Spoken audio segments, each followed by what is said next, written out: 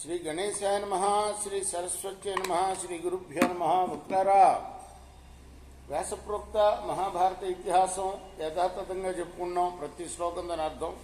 ఇందులో భాగంగా నేటి వరకు ఆది సభ, అరణ్య, విరాట, ఉద్యోగ, భీష్మ, ద్రోణ, కన్న, శల్య, సౌప్తిక, స్త్రీ పర్వాలనే 11 పర్వాలు పూర్తి చేసాం. 12వదైన శాంతి పర్వంలో కూడా మనం 227 అధ్యాయాలు పూర్తి చేసి 228వ అధ్యాయంలోని 28వ శ్లోకం వరకు చెప్పుకున్నాం. ఈ రోజున 29వ శ్లోకం నుండి కొనసాగిద్దాం. కొనసాగించే ముందు వ్యాస భగవాన్ని ప్రార్థన చేసుకుందాం. వ్యాసాయ విష్ణు రూపాయ వ్యాస రూపాయ విష్ణవే నమో వై బ్రహ్మనిదయే వాసిష్ఠాయ నమో నమః. నారాయణం నమస్కృత్య నరం చైవ నరోత్తమం దేవీం సరస్వతిం వ్యాసం తతో జయముదీరయేత్. అంజనానందనం వీరం జానకీ శోకనాశనం కపీశమక్షం తారాం వందే లంకా భయంకరం. సదా నింబవృక్షస్య మూలాధివాసాత్ సుధాశ్రావిణం తిక్తమప్యప్రియంతం తరుం కల్పవృక్షాదికం సాధయంతం నమామీశ్వరం సద్గురుం సాయినాథం. సమర్థద్గురు సాయినాథ్ మహారాజ్ కీ జయ. శ్రీరువాచ స్వధర్మమనుతిష్టత్సు ధైర్యాదచలితేషు చ స్వర్గమార్గాభిరామేషు సత్వేషు నిరతాహ్యహం. లక్ష్మీదేవి ఇలా అన్నది, స్వధర్మాన్ని పాటిస్తూ ధైర్యాన్ని కోల్పోకుండా స్వర్గ సాధన మార్గాలని ఇష్టపడే ప్రాణుల్లో నేను ఎల్లప్పుడూ నివసిస్తాను. దానాధ్యయన యజ్ఞేజ్యాత్ పితృదైవత పూజనం గురూణామతిధీనాంచ తేషాం సత్యమవర్తతః.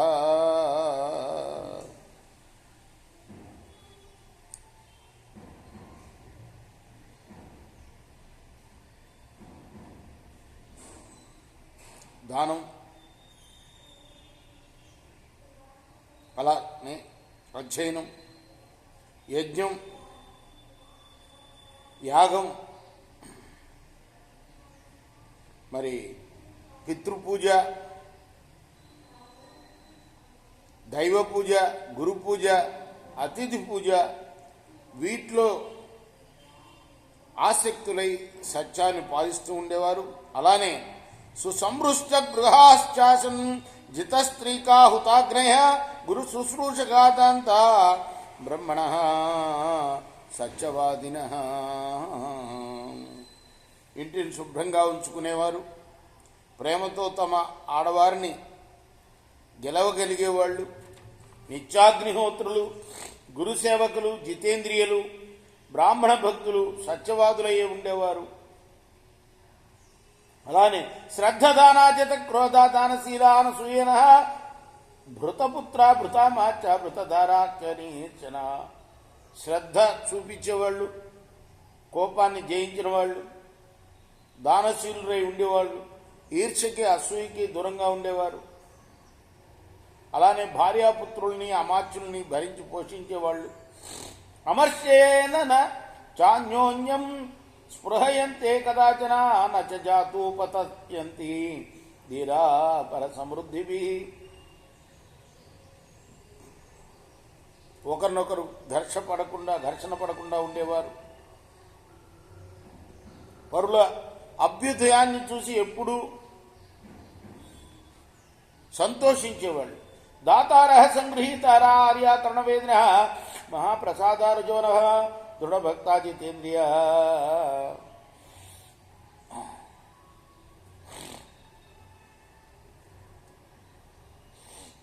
దయని ఎరిగిన వాళ్ళు, ఇతరులపై ఎప్పుడూ అనుగ్రహం చూపేవారు.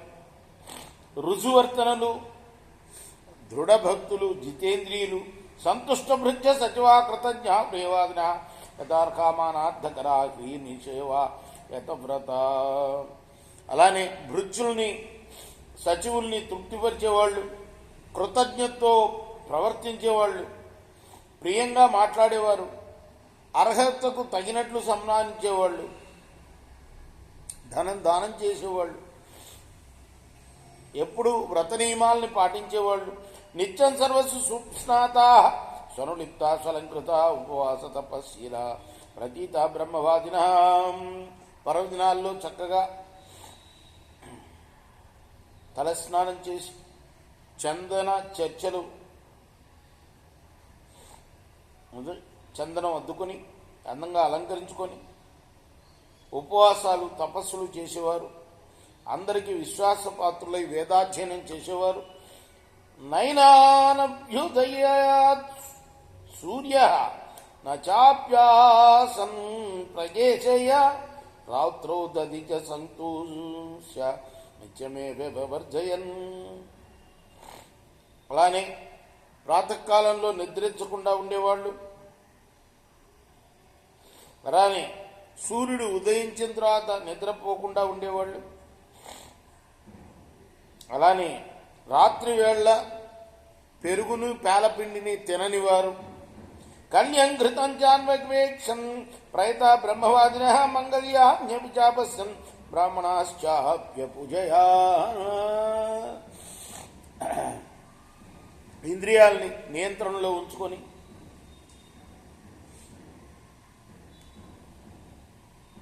ఉంచుకునేవాళ్ళు, నిద్రలేవగానే నెయ్యిని చూసేవాళ్ళు, వేదాలు వల్లించేవాళ్ళు, నిద్ర లేవగానే మంగళప్రదమైన వస్తువులను చూచేవాళ్ళు, బ్రాహ్మణులను పూజించేవాళ్ళు. సదాహి వదతాం ధర్మం సదాచ ప్రతిగృహతాం అర్ధంచరాత్యా స్వపతాం దివాచా స్వపతం దదా. ఎప్పుడు ధర్మాన్ని గురించే మాట్లాడుకునేవాళ్ళు, ఎప్పుడు దేన్ని కూడా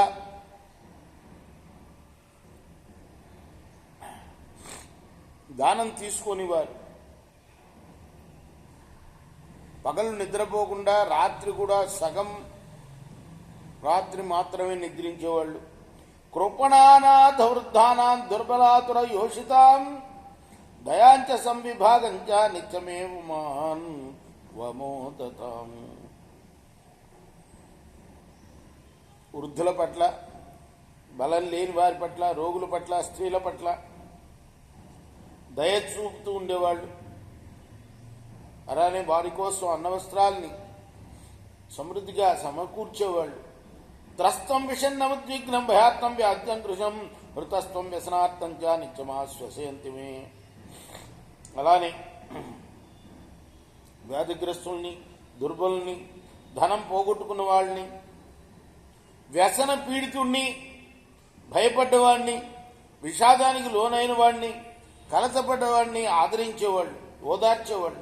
ధర్మమేవాన్ వర్తంతా నహింసంతి పరస్పరం అనుకూలాశ కార్యేషు గురు వృద్ధోపసేవిన. ధర్మాన్ని పాటించేవాళ్ళు, పరస్పరం హింసించుకోకుండా ఉండేవాళ్ళు. అలానే పనిపెట్టేటప్పుడు ఒకరినొకరు అనుకూలంగా మసిలేవాళ్ళు. ముఖ్యంగా గురువుల్ని, వృద్ధుల్ని సేవించేవారు. పితృన్ దేవాతిథీంశ్చైవ యథావత్తేభ్య పూజయానవశేషాన్ని చాస్నంతి నిత్యం సత్య తపోధృత. పితరుల్ని, దేవతల్ని, అతిథులను యథాశాస్త్రంగా శాస్త్రం చెప్పినట్టుగా పూజించేవాళ్ళు. వారికి నివేదించగా మిగిలిన దాన్ని మాత్రమే తినేవారు. ఎప్పుడు సత్యవ్రతాన్ని, తపస్సును ఆశ్రయించేవారు. నైకేస్నంతి సుసంపన్నం నగచ్చంతి పరస్త్రియం సర్వభూతేష్వర్తంత యథాత్మానితయాం ప్రతి. ఒంటరిగా విందు భోజనం చేయకుండా ఉండేవారు. పరస్త్రీల వైపు వెళ్లకుండా ఉండేవాళ్ళు. సర్వప్రాణుల్ని కూడా తమతో సమానంగా చూసుకునేవారు. నైవాకాశే నపశుషు వ్యానౌ చన పర్వసు ఇంద్రియస్య విసర్గంతే రోచయంతి కదాచన.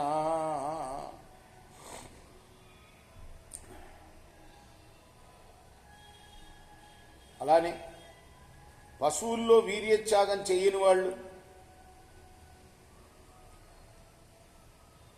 పర్వదినాల్లో వీర్యత్యాగానికి ఇష్టపడకుండా ఉండేవారు.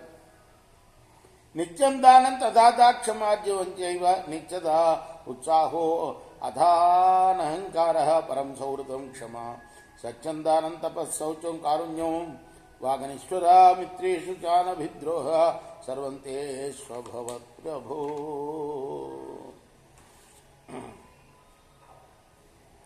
ఇంకా నిత్యదానము, సామర్థ్యము, రుజుత్వము, ఉత్సాహము, అహంకారరాహిత్యము, పరమ సౌహార్దము, సహనము, సత్యము, దానము, తపస్సు, శౌచము, కారుణ్యము, మృదుభాషణము, మిత్రులకు ద్రోహం చేయకుండా ఉండేవాళ్ళు, ఇటువంటి వాళ్ళందరూ కూడాను నాకు ప్రియమైన వారు అని చెప్తున్నది అమ్మవారు. వాళ్ళల్లో నేను ఎప్పుడూ నివసించి ఉంటాను అని. ఇంకా సుదీర్ఘంగా ఉంది అమ్మవారు చెప్పేది, రేపు కొనసాగిద్దాం. కృష్ణార్పణమస్తు. స్వస్తి ప్రజాభ్య పరిపాలయంతాం న్యాయేన మార్గేణ మహిమహీషా గోబ్రాహ్మణేభ్య శుభమస్తు. నిత్యం లోకాః సమస్తాః సుఖినో భవంతు.